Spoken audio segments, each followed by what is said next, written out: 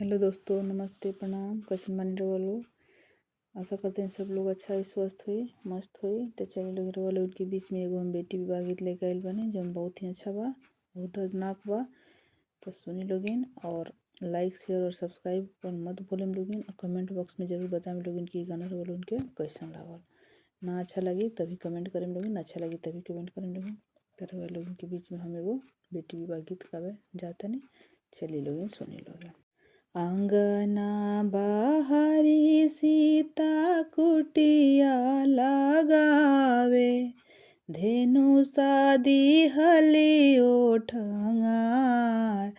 जो कोई धेनु साके तोड़ी दी है, करी देती सीता के बिया। जो कोई धनुषा के तोड़ी दी है, करी देती सीता के बिया।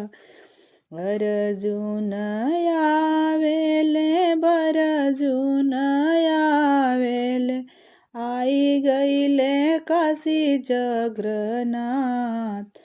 इहो तीनों से धनुष नाही टूटे, अब सीता रहना कुंवार।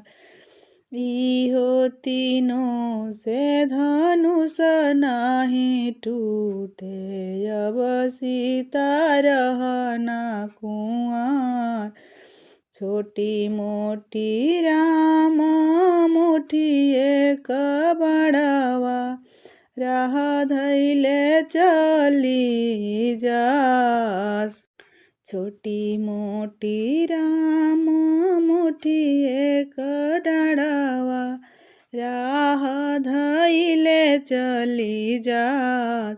अंगुरी सरीखे राम धेनुषा उठाइले, धनुष करिले तीन खंड। अंगुरी सरीखे राम धेनुषा उठाइले, धनुष करिले तीन खंड। एक ही खंड गिरे काशी, एक ही खंड गिरे काशी बनारस, एक खंड गिरे आकाश। एक खंड गिरे अयोध्या नगरिया, जहाँ बसिने भगवान। एक ही खंड गिरे अयोध्या नगरिया, जहाँ